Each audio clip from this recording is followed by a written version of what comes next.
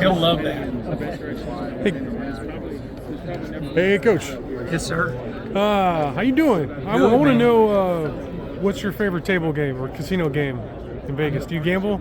I do, not as much as that blonde back there. Debbie's she loves playing blackjack and hold'em. Mine's usually hold'em, the table hold'em. I don't want to get in a tournament, but sitting at that. So I'm out here. I'm not very lucky though. I think all my luck's on Saturdays. That's what I'm hoping this year anyway. Right. And speaking of a lot of rule changes, honestly, I can't keep up with it. I'm in conversations with people say, "Hey, don't forget this change." I'm like, "Oh yeah." What are all what rule change do you think will have the biggest impact on Texas Tech football this season? Yeah, that's a good question. I think that what people have to be prepared for, everybody looks at the 2-minute warning as a bad thing.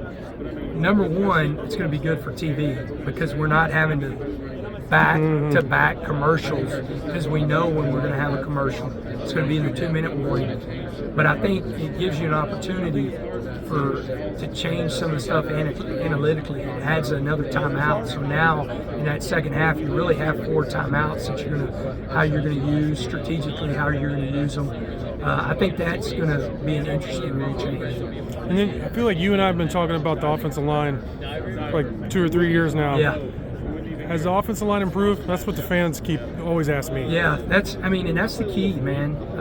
I've never been on a team. I've never seen a team that wins at a high level that's not good up front on both sides of the ball. I do think we have a lot of experience. I think that Vinny Scurry is going to be a fan favorite. He is a throwback, old school smash mouth football player. Davion Carter is extremely intelligent. He's got a high football IQ. And then the other thing is, I think the biggest thing is we have 9 guys that will compete for 5 spots.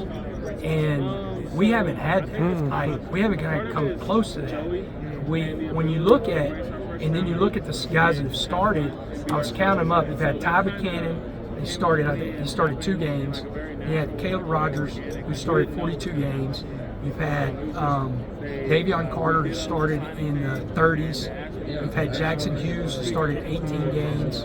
You've had Sterling, who started 28 games, and I think you have Vinny, who started in the 30s. So you have 7 guys that have started college football games. That's going to make a big difference. Are there any young guys that you've recruited the last couple of classes? And I know it takes a while for offensive linemen to develop, but are there any young guys to look out for, or if the worst happens and there's injuries, who could step in there and play? Yeah, the guys, there's some guys that I'm excited about. Sheridan Wilson, he's in a battle right now for a starting position. Sheridan Wilson, and then a couple of other guys that not necessarily young, but Dalton Merriman. He's really young compared for us. But the 2 young guys that are redshirt freshmen that are really having a great summer, had really good springs, is Daniel Seals and Dylan Shaw. Those 2 guys had really good springs, and when you're trying to get everybody out there and getting as many reps as possible, they're running with the 2s at different positions. Dylan's been at guard, but Daniel has been at guard and tackle, and so really excited about those guys. Now he's not ready, but man, you're talking about a guy that's got a huge upside is Jacob Ponton. He had a phenomenal spring, extremely athletic, excited about him. You definitely don't want to have to play a freshman tackle in this league with some of the guys that we're going to have to play, but he's a guy that's going to be really good.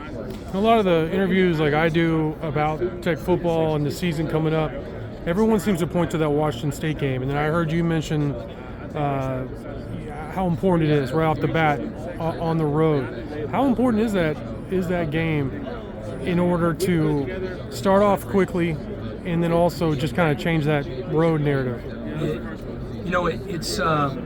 It's not the end of the world because it's not going to keep you out of the Big 12 championship. Right.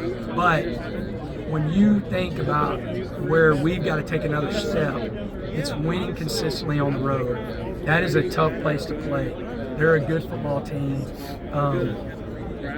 They started off really well last year, so I know it's going to be a big game. They're going to have it circled because, one, Mike Leach, and number two, I know if I was Washington State or Oregon State, two really, really good football teams that kind of been left out, I would have it circled whenever you're talking about bringing a Big 12 team into play.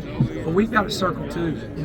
We have it circled from the standpoint of we have to go win on the road, and we've got to do it with some consistency. Thanks, Coach.